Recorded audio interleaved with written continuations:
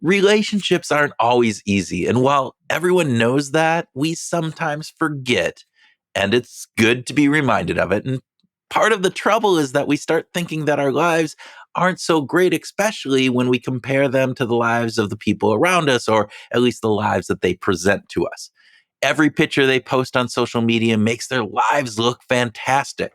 Their life choices deliver magic at every turn, and the relationships, man, Tim, they're perfect. Ugh. Gag me with a spoon. Oh, gag me with a spoon. That's a nice 80s reference. That's a good 80s reference, right? Yeah. Okay, but how can we not feel that way? Our friend and podcast guest Chester Elton said in episode 256 that he said this really, really well. He calls it the duck effect. And it's in full swing. And when we compare like what our relationships are like in real time, and we're comparing ourselves to other people's relationships in not so real time. Right. The duck effect. I love that, right? Mm-hmm. That's when you see this lovely duck streaming gracefully across the water, right? What a beautiful duck. Above the surface, she's all beauty and perfection and smooth. The feathers are all glossy and groomed. Barely a ripple in the water. But beneath the surface, it's near chaos. What? She's ram jamming the flip flops through the water, and just to keep her momentum. The flip flammings. Oh my God, nice one. All right, maybe your next recording should be a rap album right there, Tim. Flip flam, ram jamming, and flip and flop. There you go. Maybe not. Okay, but the duck effect sets us up for unfair and unequal comparisons, right? That we have this very granular view of all the little imperfections that exist in our own lives, like how we clearly remember wrangling everybody together over the holidays for the big family photo. And it was a pain in the piñata to make it happen. But you see, our view of our lives is really 100% below the surface, which is not what we have with our friends. Yeah. So with our social media friends, and even our friends in real life, we often only see the above the surface experience. We see the beautiful duck, swimming smoothly across the glistening water, right? We don't see all the flim flam floppy flim that you talked about, right? All we see is that, hey, our friend is beautifully wardrobe family in the perfectly curated environment with the wonderful Christmas or holiday lights, and everything is perfect. We don't see the chaos that led to getting that family photo. We only see the picture itself. Kurt, we hear a lot from scientists and researchers about our human behavior, and we love those conversations. Mm-hmm. In this episode, we're going to focus on a few things that can make your primary relationships really thrive.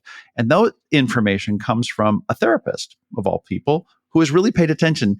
And she's going to provide some things that can really help you find your relationship groove.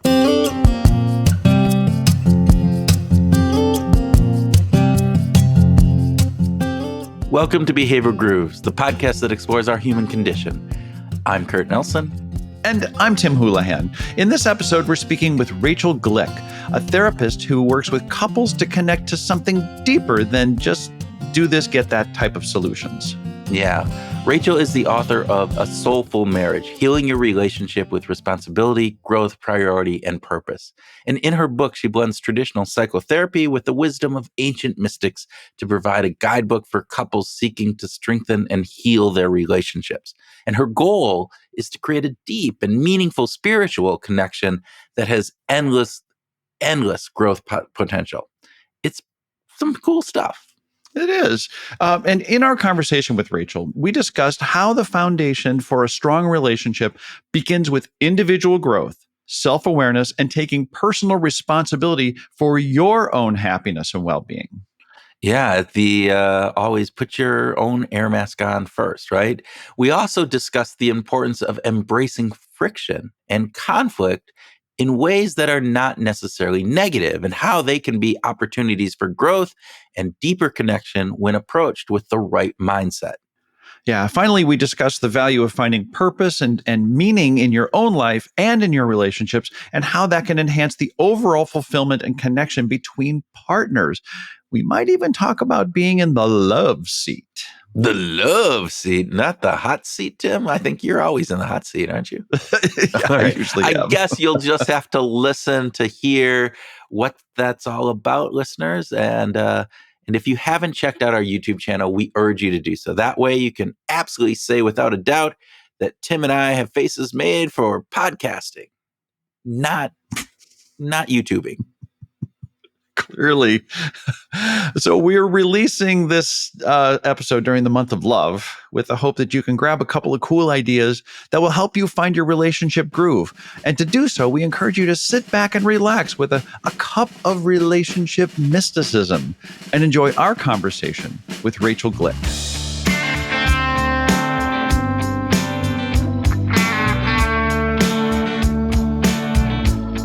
Rachel Glik, welcome to Behavioral Grooves. Thank you. I'm so delighted to be here. We're so happy to have you here, a fellow St. Louisan. This is fantastic Exactly. from my perspective. Kurt, you can sit on the sidelines for this. I will. I'm just sitting here. Yeah. But we're going to start with a speed round, and we need to know first and foremost, Rachel, coffee or tea? Neither. I can't do either. Water. Wow. Water. Yeah, I have allergies and whatever. So water's the thing. Yeah. For how long? How long have you been allergic to both? I keep trying tea. Because I would love tea. It would be tea if I were to pick it. Yeah. But, I don't know, 20 years. Oh, wow. Mm-hmm. Okay. Yeah. We've had a few people who have declined. That's our most common speed round question. And it's always surprising because we always just assume that everybody drinks either one or the other. And actually there's a non-significant and not non-significant number of people who, you know what? No, I do neither for a number of different reasons. So, okay. Speed round, obviously not that speedy as we're talking through all the answers here. So on a different thing, would you consider yourself more of a bicycle riding person, or would you like to learn how, or do you ride a unicycle? Bicycle for sure. Oh, bicycle for sure. Okay. So skip the unicycle completely. Yeah. Okay. Mm-hmm. Okay. Fair enough. I'm the father of a circus performer who rides unicycles regularly, and he learned when he was like 5 or 6 years old. And it's like, when you're that age, you can just pick it up and just go. Yeah. I think it would be fun. I was a gymnast, so I think it really would have been fun if I had learned. But right now, I guess I'm thinking of my age now. I'm really happy with getting on a bike. I like that. Yeah, that's totally cool. Okay. Third speed round question. Would you consider yourself a mekubal? I don't know what a mekubal is. In the Kabbalah tradition? A Kabbalist. A Kabbalist, yeah. Is that what you were like? Would I consider myself? That's a great question. That's something that I would love to talk more about. But I'm a student of Kabbalah. Like I aspire to be a Kabbalist. Okay. Yeah. Okay. So I study the wisdom and I try to live it more and more. So I humbly say, I'm seeking to be a Kabbalist. Well, we're going to come back to that. We will definitely talk more about that. Yes. Mm-hmm. Okay. All right. So true or false? Friction is underappreciated in relationships. True. All right. So right there, we can stop this, and everybody's going to go, "What are you talking about?" But we won't. I love the way you put that. we'll go into that as we get in here. But just to start, so Rachel, your book is A Soulful Marriage. A Soulful Marriage. Sorry, I wanted to get the back end. I knew that part, but healing your relationship with responsibility, growth, priority, and purpose. And can you help us just give us an idea of, you set this up as a guidebook for couples seeking to strengthen and heal their relationships, and your first chapter, it sounded kind of bleak on the marital relationship, but is there hope in where we are with relationships in America today? Well, that's exactly why I did write the book, is because session after session, and I experienced it in my own marriage, points in our marriage where we started having trouble. I couldn't imagine how we could get through it. I just couldn't feel it or see it. And when we leaned into, it became a long journey of personal growth and educating ourselves on relationships and leaning into the commitment we had but and then it's amazing how it restored and it deepened. And so I see that when I meet with couples in counseling, that there's so many times when they can't think that they can get stronger. And it really is, pains me how many marriages end prematurely. I'm not like against divorce personally, but so many end prematurely because they misunderstand what they're feeling, and they misunderstand how much really personal work and education and transformation is required. But that's the good thing, because then you really can create your relationship. You can really heal things and resolve what feels like disconnection or something you can't resolve.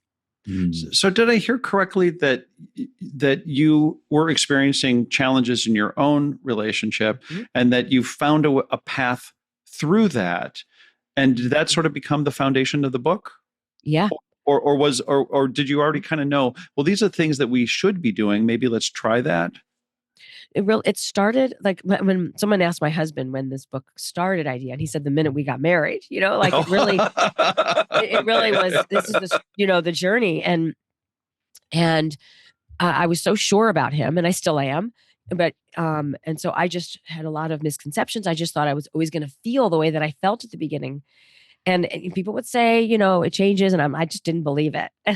And so I had started experiencing emptiness, and a couple of years in, and I was like shocked and devastated because he was the surest thing in my life. And so from there, it began a journey. Of course, we didn't know where it was going to take us. It was scary, but we were committed, and we leaned in, and we went to counseling, and a lot of it came back to that I really needed to find my own fulfillment. I was leaning too much on him for this feeling that I had about myself. And eventually that wears off, and you have to come back to yourself. And so I see it now, but we learned pretty early on that, and that's what formed the first pillar was, I was holding him responsible for my happiness more than was really sustainable or healthy. And he also was holding himself responsible for my happiness because that's how he grew up too. Yes. Well, your book is based around these 4 pillars. So do you want to help our listeners understand what those 4 pillars are? You started to talk about the responsibility one, right? Yes, exactly. But yeah, expand. Yeah, sure. So I just want to that emptiness and that pain we went through started the beginning, and then it really has kept evolving where we keep, it wasn't like, oh, we just resolved it. We did, but then a new level, a new layer, and and some of the same issues came back. And then, but each time we would lean into it, and then we were seeking spiritual wisdom because I was looking for depth and he wanted to do something together. So we spent about 15 years searching for different things that we could find together. And that's when we found Kabbalah, which we can get back to that. But I just kind of wanted to give a little bit more of the trajectory. And so we are grateful for our challenges now more than ever, because there's just no way we would have what we have or be able to express our souls in the world, for the sake of the world, if we had not experienced it ourselves. That is so cool. That is so cool. Okay, so to get back to the 4 pillars, there's a pillar around responsibility, one around growth, one around priority, one around purpose. And by the way, just have to say, I'm so glad you didn't try to make it into some snarky little acronym of GRIP or GRAP or BIP funny. or something like that. Just personally, it didn't really lend itself well to that. No. But why these 4 pillars? Why responsibility, growth, priority, and purpose? Well, I have found that these 4 encompass. There's nothing that I have found that's important in a relationship that doesn't fit into these 4 pillars. This is over decades. In fact, there were 3 initially, and I was doing a seminar for a YPO, Young Presidents Organization, small group seminar. And as I was going over it with my husband, he said, these are great, but there's one missing. And I'll tell you which one that is when I get to it. And so that one's his in particular. Okay. Oh, nice. Yes. So I like to get things organized, I think expansively, but I like to get it organized. So if the 4 pillars came about, so you can kind of have a solid sense of what are the really consciousness is. There's 4 thought patterns or belief systems to try to live by. So the first one is responsibility, and it specifically is like self-responsibility. It's that we're each responsible for our own happiness and well-being. That's the consciousness. And that was the one that started us off on even having a chance of repairing our relationship, or really getting it on a true track that it needed to always get on, really, is that without that awareness that we each are responsible for our happiness and our well-being, then we would be constantly in a state of kind of just need satisfaction. You need to satisfy my needs. You need to satisfy mine. And it's like an endless loop of frustration. And it's so limiting and so misses, like, it's like the difference between like a grain of sand versus the whole ocean of what you can experience in life when you start realizing, empowering yourself. And there's 4 components of that, which is self-awareness, learning, getting to know who you are and being authentic with yourself and being vulnerable enough to, find out who you are and live that. And the second is self-love. And that's like includes like self-compassion and having a genuine care for yourself, like you would to somebody dear in your life. And with like permission to make mistakes and unconditional love, you wherever you are in your journey. And self-love also includes tough love, like, to be honest with yourself and accountable to yourself. And then the third is self-care, which is taking up care of your body and your mind and your spirit, and your prioritizing that. And then self-development, which is really like examining yourself. It's like self-awareness, but examining it with an eye toward evolving. Yeah. Constantly evolving and owning where your part is in anything that maybe is going on. And as you say that, I felt this as I was reading the book. It's like, gosh, things like self-care and some level of self-awareness, these seem to be wouldn't they be sort of natural human things? Like, how is it that we're not that good at doing those things? Yeah.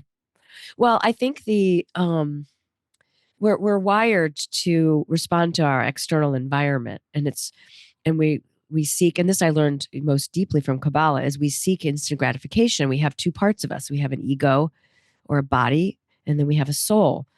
And the body goes after what is easy and comfortable. And so, quite honestly, it's not very sexy or exciting or thrilling to self-care. Sometimes it's like we just want to keep getting the juicy stuff, but it's really important to slow down and care for yourself.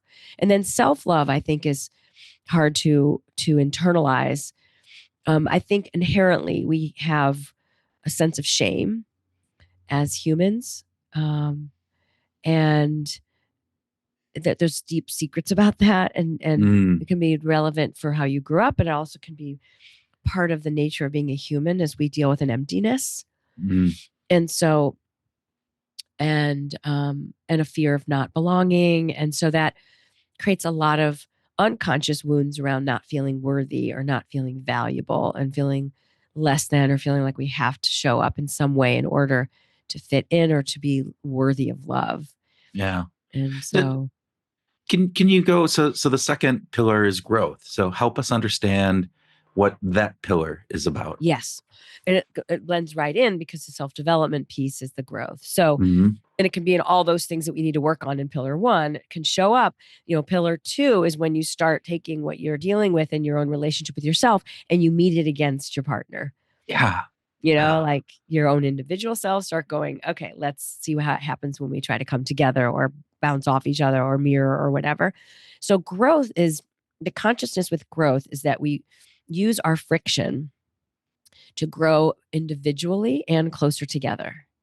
And the inherent understanding is that we embrace it, like, because in order to use it, you have to accept it and see it in a way that it's actually a good sign. That was part of your speed question. Yeah. That you want to reframe it, your friction, and see it as a good sign, because you're called to grow. From what we studied spiritually, from the wisdom of Kabbalah, we're here to grow. Like, we can't get off the reservation. Everybody kind of is aware of that we're just here to grow. And that's the most universal understanding of Kabbalah, that it's to help the whole world and every school of thought get on board with, we're here to evolve.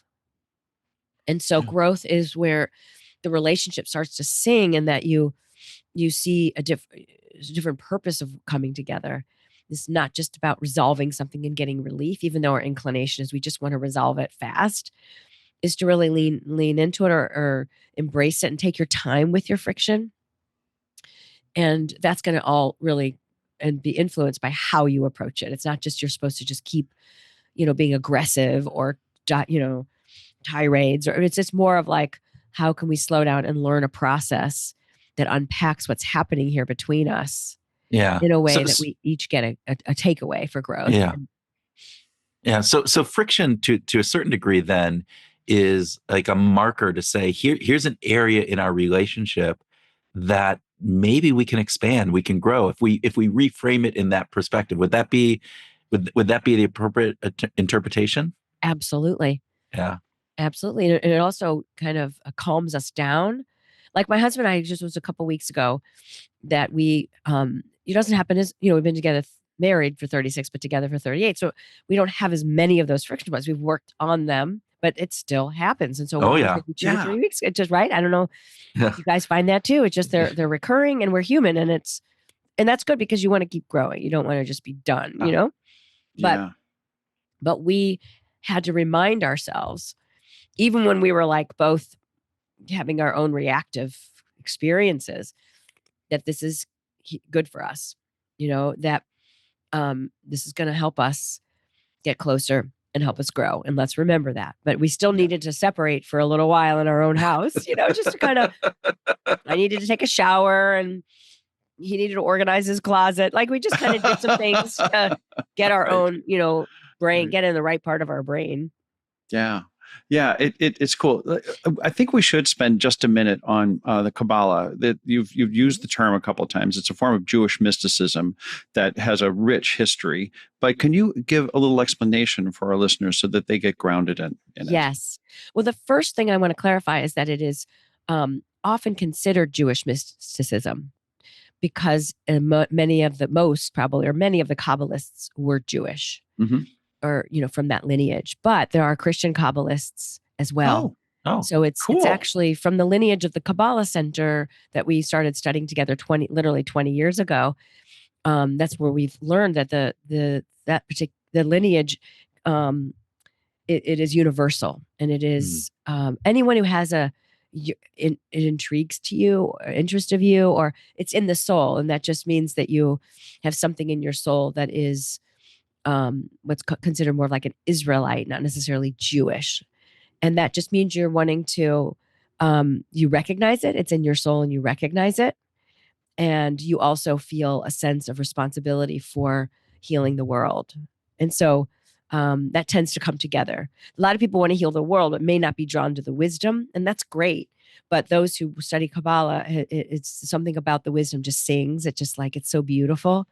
And it's so deep and so practical. And then at the same time, you're tuning yourself as a human being to, to add more of what you came to share with the world along the way. Yeah. Thank you for that. That helps a great deal. Keeping moving with the pillars. The third pillar is about priorities and prioritization. Yes. First of all, again, there's this part of me that's like, well, gosh, shouldn't we prioritize? I know. Like, isn't there something sort of natural and organic about prioritizing the right things in our relationships? Yeah. Oh, Tim, you are so naive. Yeah, that sounds like how I felt in the beginning. Like I thought this was just gonna run itself. But because pillar 2 comes from the idea that we are here to grow, things are constantly changing. Yeah. And so you have stages in your relationship. And so it's easier in the beginning to prioritize, and because you feel it naturally. But we're here to go above our nature a lot of the time and be a creator of our experience, not a reactionary person to the experience. Mm-hmm. And so pillar 3 is my husband's pillar. Okay. He, when we were definitely felt a sense of priority together when we were first together. I knew how he knew how special he was to me, and I knew how special I was to him. And then we started having children. Guess what? Oh, yeah. I got demoted. Welcome to the real world. Exactly. So, and he just like, we both kind of just thought that's what you're supposed to do. And on some level you are. You do change your priorities. You have to. They need you. And most of us are growing more to appreciate how child development is so important. And you really have to be very conscious of how you raise children and give them the time and energy. And at the same time, it was more organic for me. And it just happens, there are exceptions, but for a lot of women to transfer their sense of nurturing desire toward the children and not toward their spouse. But the husband, and this was in our case, they don't change that as much as we do. They still are oriented toward receiving that and connecting to that through their spouse. Yeah. And so that leaves a big gap. And I work with a lot of couples. And so that also means, and I work with a lot of men. And it's really something that I like to help men with and have empathy for both sides. And women have their issues and men have their issues and individuals have their issues regardless of gender. But right. So priority was really, while it seems natural and obvious, day to day, our inclination is more to be reactive and to go with like the fire in front of us and not realize we have to maintain and feed and nourish the epicenter of what is creating this family, or what is the kind of springboard for a lot of things in our life through the relationship. So we started, it was through studying the wisdom of Kabbalah. We took a parenting class. I took one in particular that helped me reframe the sense of priority and how energy flows in a family. And so it was, there's yourself, and then there's your children, and there's a relationship. And I had been doing it. I would like to ask people, so what order would you say is of priority in your home in terms of like, just in your mind, what would come up? And most people say it's the kids first. Yeah. And then maybe themselves and maybe the relationship, or maybe themselves and the relationship is way down lower after the kids. Wow. And what we learned is it's really important that we prioritize to some degree. It doesn't show up in real time all the time, of course, our relationship with ourselves, because that's a foundation for our relationship with our partner. And the children are a result of us, and they're still getting energy through our unification. Yeah. And it's quantum. Sometimes it's actual. They watch it and they feel it. And there's a happiness in the home. There's a lightness when the partners are really close and connected, and you can't really interrupt one partner when they're talking with their other. And you grow to really like draw strength from that and appreciate that. And then you also, it's quantum, that they get energy from that love and that unity. And so it was when I learned this, I literally just changed, and I told him, and that you're really my number one. And he says that he just remembers me telling him that, and he hadn't realized how insecure he wasn't feeling good about himself in the relationship. And it makes me so sad. Yeah. That he was so Rachel, I have to say I guessed wrong. So I was thinking it was going to be purpose that your husband picked and different things from just reading the book. But so I guessed wrong there. But I love this idea of priority and how you just described this at the end. And you put it in really nice words from just a feeling that I think I've had a lot. And I know I've seen some of my friends who are going through, and you can see their relationship change as soon as kids happen, and literally they drift apart. And it may not even be drifting. It may be like almost pushing, people apart, because it is constantly kids first. And they're in a spot now where, 18, 20 years later, they don't know each other, and it's really kind of apart.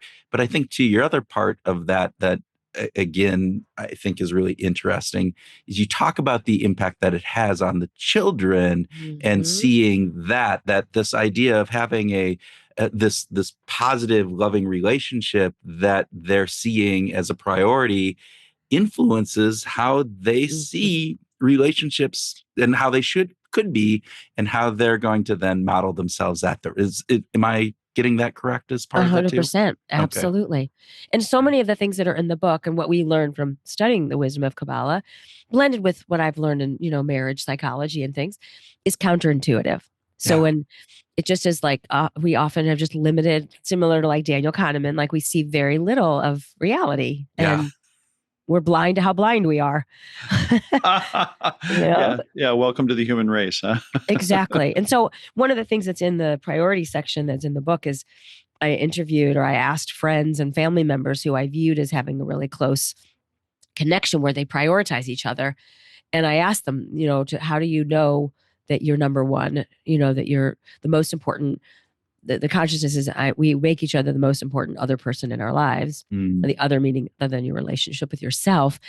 And so I loved it's about cherishing. That's the chapter, the section that's about how do you express cherishment. And so I have a list of like different ways that people felt that from their partner. And they were so beautiful and fascinating and detailed and ways that you wouldn't have thought were making a difference. So it's a nice question that you can ask in your life. How do you know that you are so important to me? What do I do that makes you feel? I love that. I really do. I really love hearing you say that. And the way that you express that is beautiful. And in this idea of purpose, something I found really interesting is that you wrote that just about nobody comes to your office saying that they're trying to figure out how to solve purpose in their relationship. And yet it's one of the 4 pillars. How is it that this doesn't come up with your clients, and yet you see this as a central platform, a central pillar to actually making relationships thrive? Yeah, I love that question. It's really what we discovered. It's counterintuitive again, because we just want to go after our needs being met. And that's fine and good. It's not a bad thing, but we want to think bigger. And then what happens is we learn this through our spiritual studies, is that it starts tapping you into a more infinite kind of energy. There's finite and there's infinite. And when we focus on just ourselves, it comes to an end. It's an ending. And the soul, tapping into your soul and trying to connect together soul to soul, it taps you into limitlessness. And so it is not like you have to spend, need to spend or should spend all of your time on coming together for the sake of what you could do for the world. You need to nourish all 4 pillars, but sending some percentage of your time either supporting each other's individual sense of purpose and being like a cheerleader for that, or a sounding board, and also actually coming together to see what is it that you join your gifts, your resources, your passions, your hearts, that you could come together and see how you might be able to share that and enjoy it together. And so that was another key that was part of our growth. So it does overlap with pillar 2 in a way. That's part of the purpose of the growth, is to ultimately become more craving and more comfortable with and used to that we're here to receive so that we can share more. Yeah. Oh, that's fascinating. Hey, this is Kurt, and we want to say thanks for listening to Behavioral Grooves. And we hope that you're enjoying this episode, but it feels a little bit one-sided. You're hearing from us, but we're not hearing from you. This is Tim, and we have 2 suggestions to remedy that. The first is join our Facebook page and engage with us. We want to talk with you. We want to hear your perspectives, and hopefully our Facebook page might be the place to have some of that interaction. So please come and join us. The other recommendation we have for you is to leave us a quick rating. The little 5-star thing at the bottom of your app, or a short review. Just leave us a few words about what you like about Behavioral Grooves. We'd very much appreciate it. Thanks, and we now return you to our regularly scheduled programming. We are back with Rachel talking about her new book, A Soulful Marriage. We've been talking about the 4 pillars. Let's talk a little bit about what are some of the ways that we should be, that would enhance our relationship, some solutions, you've got all these wonderful idea into action things at the end of chapters, to say, okay, so here's this idea, but let's put it into action. Let's share, if you could, some of those really great ideas. Okay. Well, I think overall it's good to start with a broad sweeping on the back of the book. There is a assessment, a 4 pillars assessment. Yeah. So and I go in pretty detail, each pillar breaking down, like sections of pillars. So you can get a feel for where you're stronger and where you have your weak areas. So I think it's good to get an overall sense. A lot of couples I share the 4 pillars and they can already say, oh, we're strong in this, we're weak in this. So, but the assessment can helps define it a little better. And then I think, they're all good to work on at all times, but you might want to pick an area that you feel is kind of the weaker area, is a good one to start with.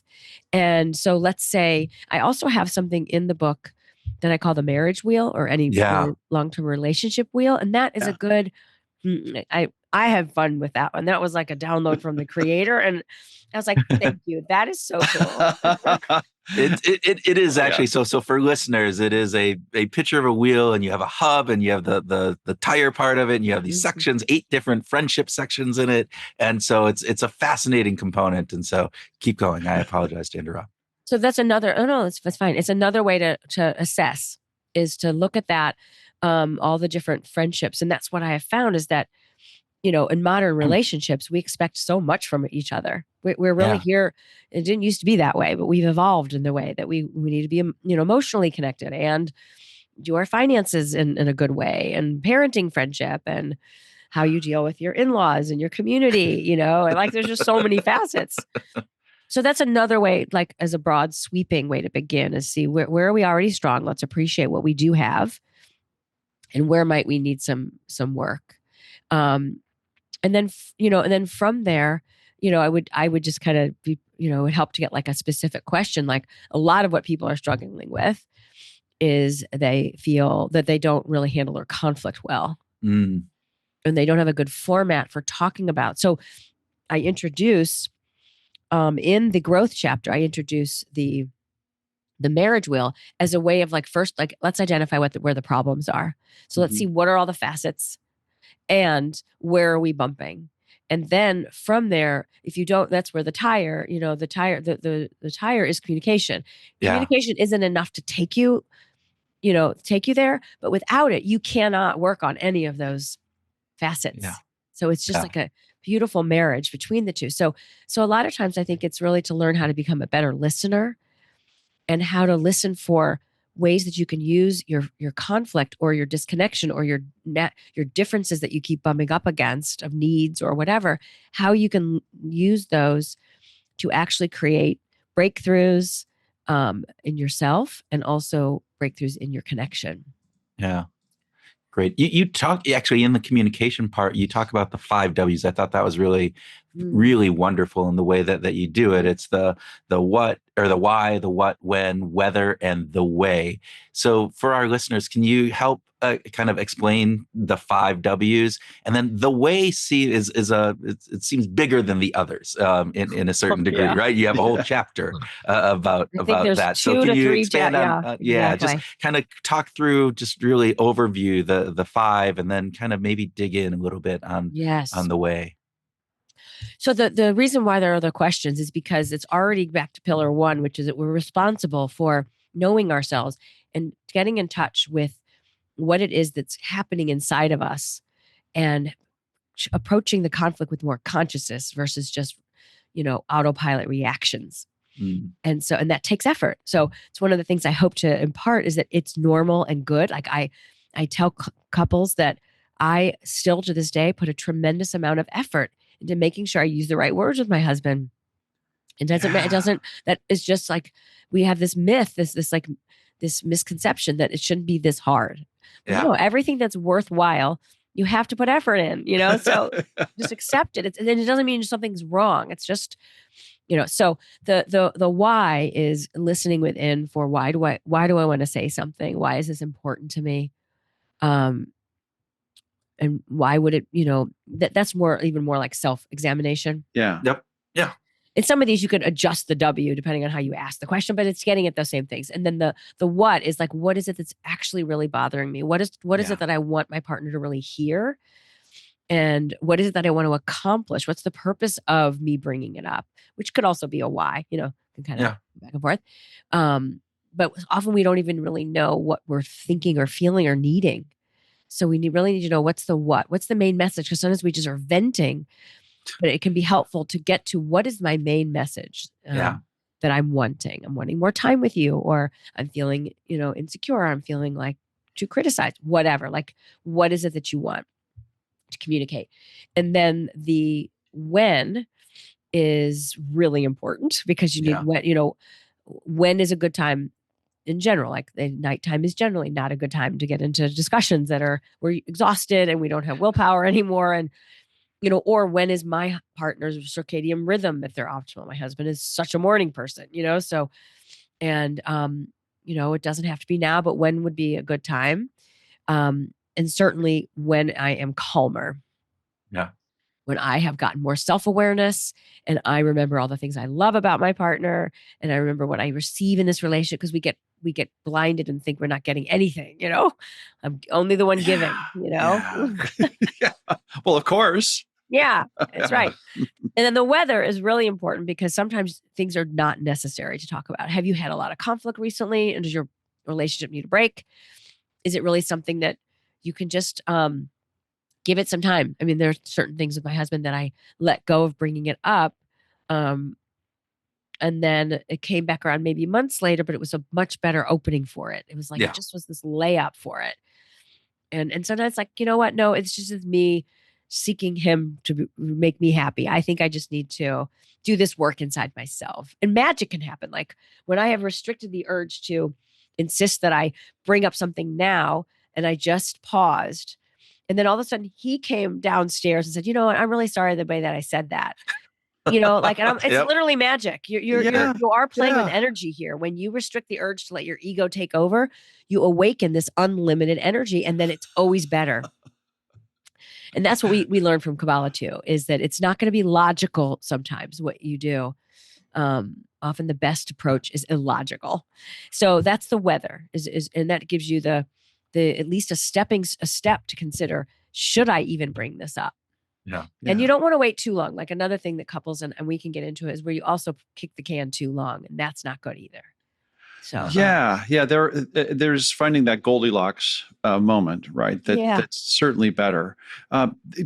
This might be a little specific, so forgive me, but there is something that I want to make sure that we talk about, and that is reassuring statements. You brought up calming down and the importance of calming down, but the way that you get there is you use reassuring statements. Can you tell our listeners a little bit about reassuring statements? yes. Okay. So reassuring statements are part of a larger category that I like to call spiritual diplomacy, which is really relational diplomacy, basically. Like, just like you would work on through countries, you have to be careful with how you say things, and you try to keep in mind how they can hear it best, kind of finding the most favorable way to share what's bothering you. We tend to find the most biased, negative way to share what's bothering us. Like, we'll exaggerate. Well, you play, you played golf 100 times, or, we tend to be biased the other way, and we want to do it the opposite direction, where we don't trigger defensiveness by being careful with how we position things in the most generous way. And that includes that before you maybe share something that's hard for someone to hear, that you maybe think about what might make them feel soothed first, and reminded of the big picture first. And that takes really getting located in the center of your consciousness, because our emotions, when they're dysregulated, it's the last thing we want to do is calm somebody else down. So, so Right. reassuring Right. statements provide an opportunity. Like, let's say you decide that you don't want to talk about it in the heat of the moment. Couples tend to have a difference on this. One wants to get it resolved right away. Yeah. One just does not want to talk about it when it's too heated. It's too overwhelming and it's too intense. Either way, I do recommend that couples mostly take some time to pause in some way or form. But the one in particular who can't cope well with the uncertainty of, are we going to resolve this? And what does this mean? And sometimes it's childhood issues that come up, that you just are afraid that you're being abandoned. And even though it's not logical, you just really freak out. So a reassuring statement can sound something like, that me taking a walk right now is not because I'm walking away from you, or that I don't love you. I love you very much. I want this to go well, and I need to get myself into a better place. Yeah. So that's one of my favorite reassuring statements, or, Yeah. and in the book, I have a list of, like 10, Yeah. maybe 8 or 10 scenarios when you would need a reassuring statement can be handy. Yeah. Well, thank you for that. And so Rachel, let's go back to the 5 W's, and we've talked through 4 of them. Now let's get to the way, because I think it's a Yes. really interesting aspect of this communication aspect, but it's even larger than that. Yes. So the way is what I spend probably the most time in, like teacher mode or training mode with couples. And I blend 3 different of my favorite communication practices: Imago dialogue, Gottman's dream catcher, and then also something called clean talk, which I don't know if you've heard of that. It's really cool. It's really how you can own your language, so you're not no blaming comes through. Wow. It's really clean. It's like you own. Yeah, it's good. I love it. Yeah. So, and I really try to teach the idea that we need some help to tame our reactivity and become better listeners. And we think we're better listeners than we are. Most everybody does. And so I like to create like a taking turns approach. And I have several methods to do that. One is the love seat listening method. Mm. And that's where you take turns being in the love seat, kind of like a play on the hot seat, but you're in the love seat. All right. But let's just like think about, you're going to be loved on right now. I'm going to hear you, and all I care about is getting to know the ins and outs of what you're thinking, what you're feeling, and I'm going to validate you, and I'm going to listen. I'm going to make sure I get you, and then I know I'm going to have a turn. It's hard to do. We always, we want to like explain and jump in and give our point of view. It's human nature. So this creates some boundaries around when you can even use like a timer. Okay, let's just give like 5 minutes or so for me to really hear you and make sure I get you. And I go into detail in the book on how to follow like a script. And some people resist a script, but yes, a script, because you need to tame that. And then over time, you get a little better at weaving it into your way of communicating. And I just want to say, excuse me for interrupting you, Rachel, but something that I really loved about the way that you wrote the book is with a lot of specificity, because it's one thing to talk about generalities and say, oh, it's really important to listen. Great.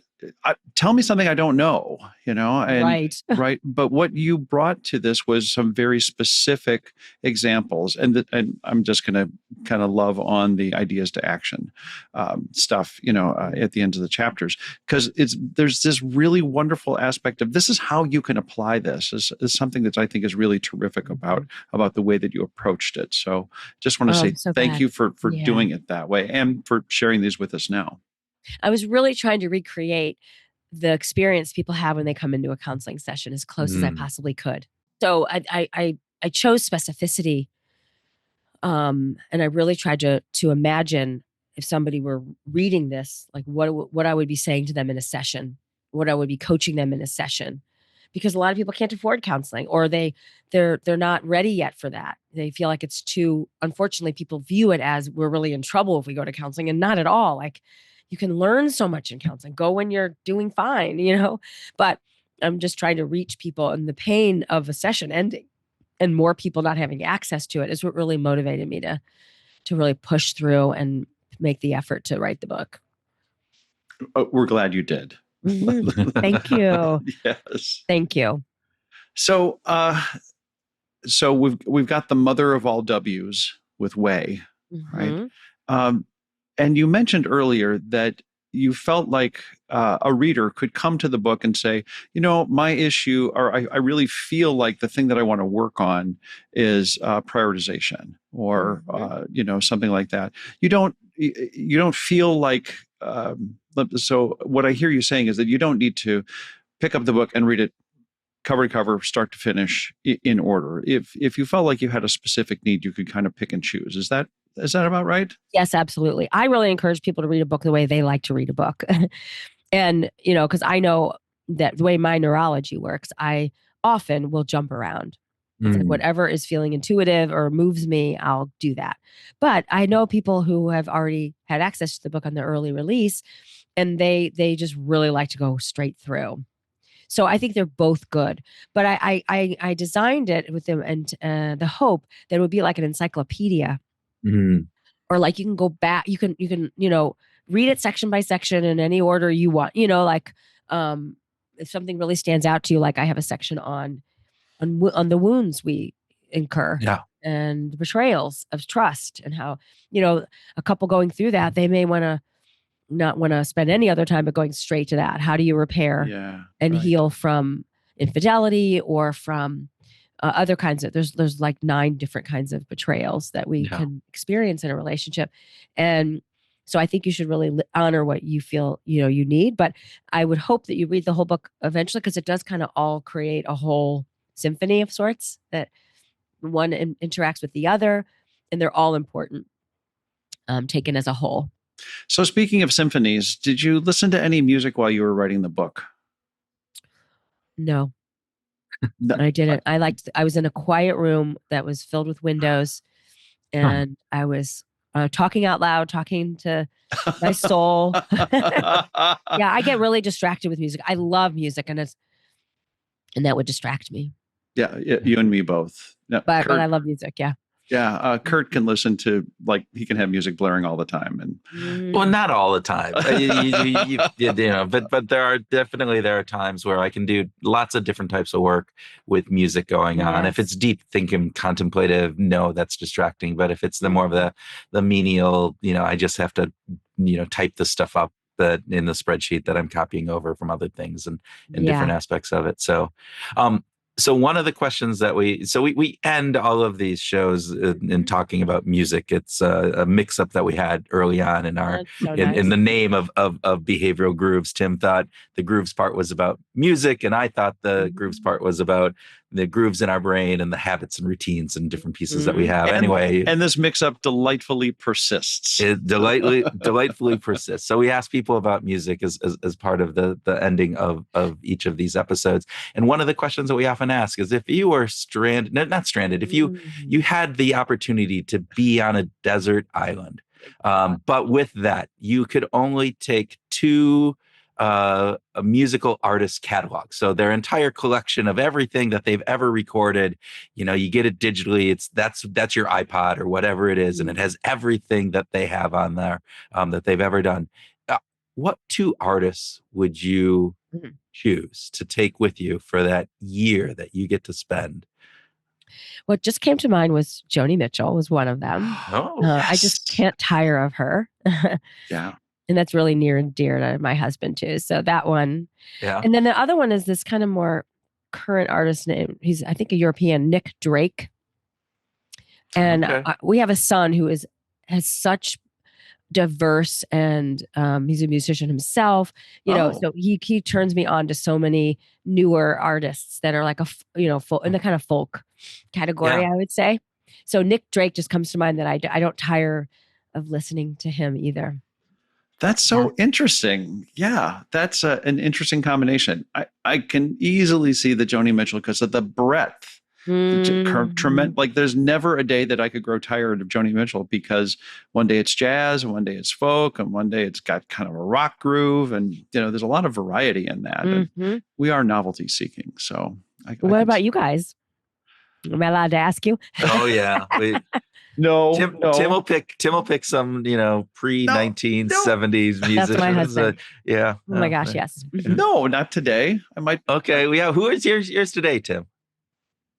So actually, I've been listening to a woman who's not brand new by any means, but she was discovered by Pharrell when she was at Berklee College of Music, and of course her name is escaping me at this moment. But I get that. She's been on the scene for about 10 years, and Maggie Rogers. That's Maggie Rogers, who is now kind of a big deal. She's certainly not this budding star by any means, but she's doing stadium concerts. So she's doing stadium concerts. Yeah. And I love, and one of the things I love about her is that her music continues to kind of dive into where she's at. And so you can arc her life story with the kinds of songs she writes in a really lovely way. Yes. In a really thoughtful and thoughtful way. I think that Maggie Rogers would be number 1 for me today. Number 2 for me, I'm going to go back to one of my old favorites, and that would be Bach. Because we have the 145 because of Bach. So I was going to say that. Okay, Kurt, how about you? That's so cool. Yeah, so I have been really grooving on artist out of actually he's from Wales. His name is Ren, and he has a real it's REN, very very rap to like his big hit songs are kind of more of a rap, but then he can get soulful and jazzy and bluesy, more bluesy than jazz. But he has this wide array of music, and he's done covers from Sting to Black Sabbath that then he mixes in different genres. Whoa. And it's just he was a busker for many years. And the lyrics that he has in the things are all so I can spend just hours re-listening to the lyrics Wow. and not just the musical part of it all. And so that is obviously one, and it is a wide variety of musical styles. And like sometimes it's funny, I drive my 15-year-old home from school on days, and they're like going, oh my God, you're listening to Ren. And I go, yeah, but listen to this, because it's like somebody that her friends listen to. But this idea that I'm going, so this was like Ren with somebody else. And I'm like going, I thought for the first time I ever listened to this, I thought the person singing at the beginning was the, featuring other artist person. And in fact, it was Ren. And it wasn't until like 2/3 through the song that the other featured artist came in and sang. And it's like, oh, wow. I mean, just the different like ways that anyway. So I think Ren would be a fantastic person to be on the desert island. I just have to say, I didn't know about Ren until your holiday letter. So I just want to say thank you for actually making me aware of Ren. Yeah. Yes, thank you. Okay. And then, likewise. Yeah. And then there is and Ren also, so just for listeners, the High Ren is the big hit that Ren has, and it's a very torturous self-examination of he's gone through mental instability. He's misdiagnosed with Lyme disease for years. He was in constant pain and mental anguish and a variety of other things. And it's this kind of Eminem-esque, explanation, like him talking to his alter ego self, his sick boy self versus Ren and different pieces. And then the other one, obviously, I'm going to have to, Tim will be amazed here, but I'm probably going to go with Angus and Julia Stone, or Angus Stone, because that way I get, both. Actually, Angus and Julia Stone, because then I get both of their soul stuff. So, which is a Australian duo, brother and sister, who do fantastic kind of more folksy to mellow rock. To Angus has another side project called Dope Mellow, or Dope Lemon, that is a little funky and weird, different. So again, big variety and just some really interesting stuff. So Angus and Julia Stone. So thank you so much. I've wrote all those down. Yeah, that was like the longest I think we've gone on our musical, because we don't normally talk about our own. And, no. I mean, we have a few times, but it's always fun because they've shifted. I think Bach has been in yours. Like we've probably done this 3 or 4 times out of the 400 episodes, and I think Bach's been in 2 or 3 of yours too. Or Beethoven, one of the two, because they're just so foundational in my musical life. So yeah. No Mozart though. You're not a Mozart guy? A great composer. Handel, Ravel, any of them, right? Just tons of great composers. But I don't know. I mean, how did you pick Joni Mitchell over, Sean Colvin? I think there's just this. It also has an emotional component to me because it's so much what my husband loves. He's like 9 years older than me, so he's even more from that era than me. And although I certainly listen to Joni Mitchell too. Yeah. So that just, it's fresh because we listen to it a lot. Yeah. Oh, nice. And I'm not really good at names. So it also was easy to remember. And then Nick Drake came up because I also remember him, but I do love his music. But there's some other one that reminds me of what you said, Kurt, which is a incredible artist. He's a man and he's part of a band, but then he started doing things with other people and on his own. Anything he does, I want to listen. And I just can't remember what it is, what his name is. Send it to us. Drop us a line. Yeah, I'll ask my son. We'll throw it in the show notes for people, and they can definitely check out. So, and I love this for couples, like music, doing things that create like an experience in the home, that it is not just, that it's special. and it elevates you to like it makes you sentimental. It makes it lighter. And so when I cook, I've got music on, and so I love this for couples too. Rachel, thank you so much for being a guest on Behavioral Grooves today. Oh, you guys are amazing. I could talk with you guys for hours. Yeah. Oh, fantastic.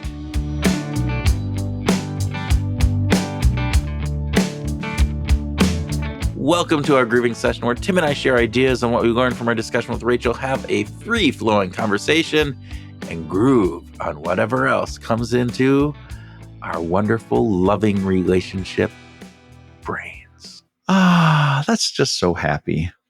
Love seat brains. Putting our own air mask on brains. Okay, well let's start there. Let's actually start there. Let's start with prioritizing yourself.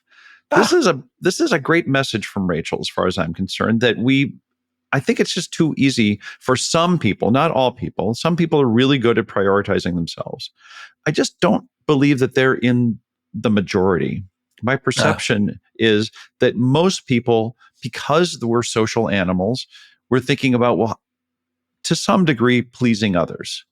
And Rachel really calls us to go, wait a minute, you got to put your own mask on first. You really have to focus on your individual growth, your own self-awareness, your own personal responsibility in order to create that strong pillar to have for the rest of your life and for everyone else in your life as well, especially your partner relationships.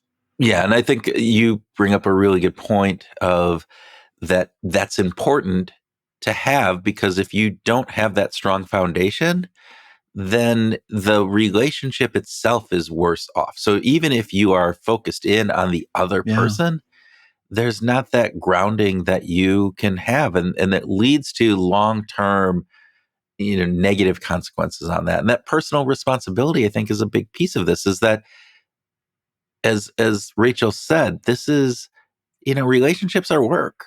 They're not just like, oh, we flipped a switch, we're in a relationship, and now everything is unicorns and rainbows, peaches and cream, right? And none of that. You have to continually work on that. And so you have to take responsibility. So if you're feeling like this person isn't doing something, you have to look at it from, well, what am I not doing too? Take that responsibility. I need this from them, understanding what you need. This is the type of person I am, but what is my responsibility as part of this relationship? And I think that's a really great message. We didn't specifically address this during our conversation with Rachel, but my mind kind of went to the place of, what about work relationships? What about a relationship with our boss or our coworkers? It's, in some ways, it's not the same. This whole idea of making sure that you're putting your own mask on first is really important, of taking personal responsibility for your own well-being in your job is also a pillar for your own career. Oh, 100% agree with that. I think that's a really great insight. And again, too often it's like we outsource that, right? We outsource that to, well, this is what my boss is saying. This is what I'm being expected to do. This is what my partner is saying in here. This is what the teammate is saying, as opposed to understanding your foundation. What do you need? What do you want? What are your goals? And not saying that those supersede the relationship or the team or the organization, but they have to mesh. Yeah, absolutely. Okay. Second thing I wanted to talk about was the love seat. I know that you had some love seat versus the hot seat. Versus the hot seat, right? You connected with this idea, right? Yeah, I thought so. I mean, I don't know. It's that we have to be in a position, right, where we're together in a love seat. And if I'm struggling, I need somebody to be on that seat with me and help me and be able to have those conversations and different pieces, right? In that loving environment, right? And having that active listening. That's what the love seat is, right? It's this idea that we need to get past the reactivity and become better listeners. Yeah. It's that place where you can say, I'm struggling with this and I want to grow. And I think that sense of humility is something that we kind of miss out on because we're always afraid of getting beaten up on the hot seat. But sort of changing the whole framing to the love seat, I think is kind of cool, actually. Well, you bring up a really good point. It's the reframing of this, right? But it's also then going from this aspect where I'm being accusative, in other words, right? So you could think about this hot seat. It becomes this contention. Right. I'm feeling you doing this, and that's making the relationship bad, versus this is happening and we need to figure this out. And how are we going to do this? This is again another business corollary, right? I mean, if you're a manager or a leader and you've got to give somebody some feedback, don't point the finger at them and put them down and put them on the defensive. That's the hot seat. Nobody benefits from that. And certainly your relationship will not benefit from that. No, definitely. Yeah. Right. Yeah. But your junior team member is not going to benefit from that. If you treat them with respect, love, for instance, I think there's a better chance of them growing and you growing from it as well. Yeah, I agree 100% on that. So, Tim, do we do clean talk, you and me? Oh, God. And should we stop with our dirty talk and do clean talk? Oh, okay. But just for the sake of definition, like the way Rachel talks about clean talk is without any kind of like she thinks it's a bad idea to have sort of the passive aggressive messages and criticism and things like that.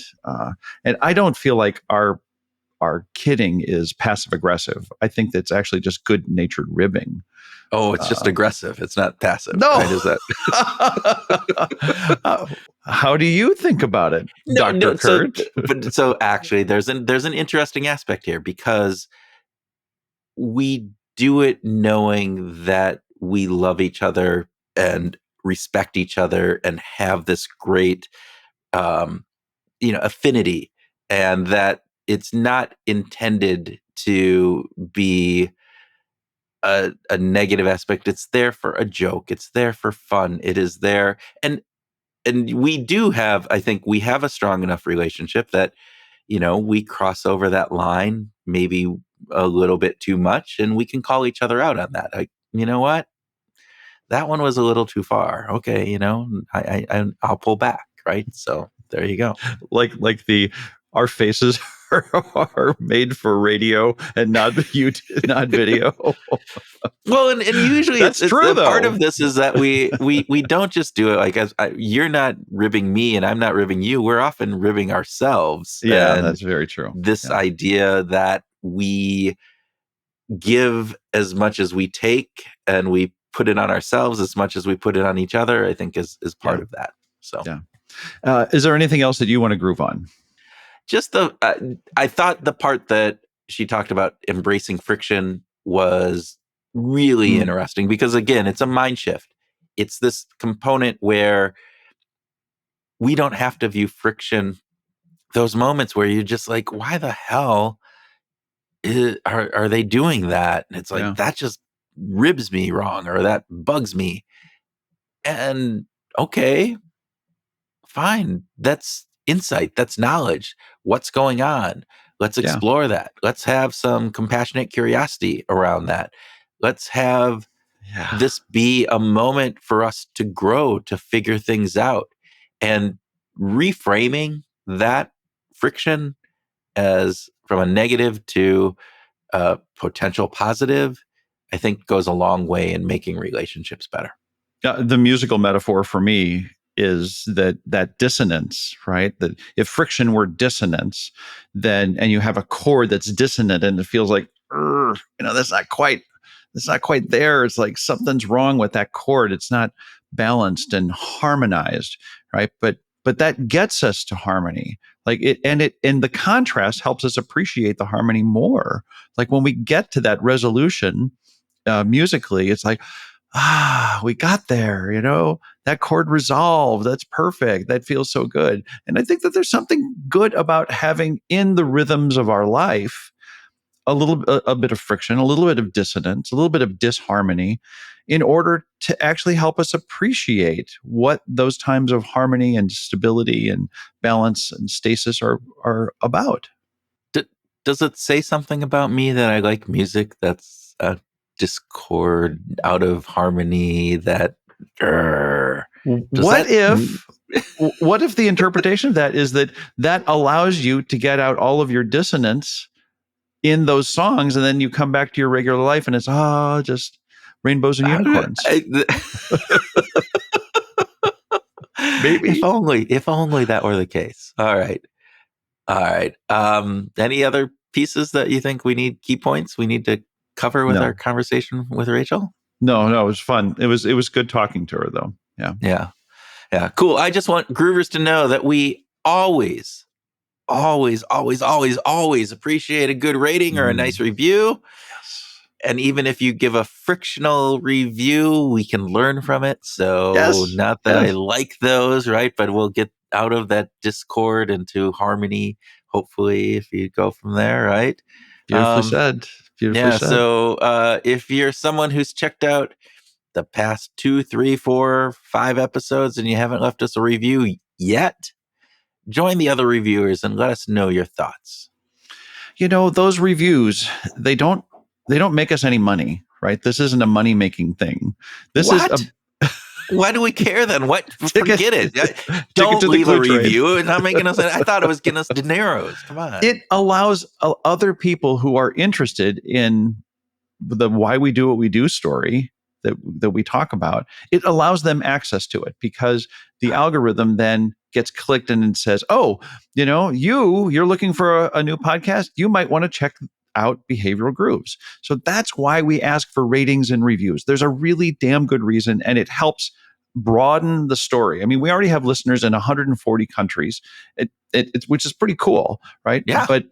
But it would just be we love having that, like, it's a significance for us to speak to a broader audience. So right. And hopefully it helps you in kind of saying, hey, this is something that I think you would enjoy, and other people will respect you for that. There you go.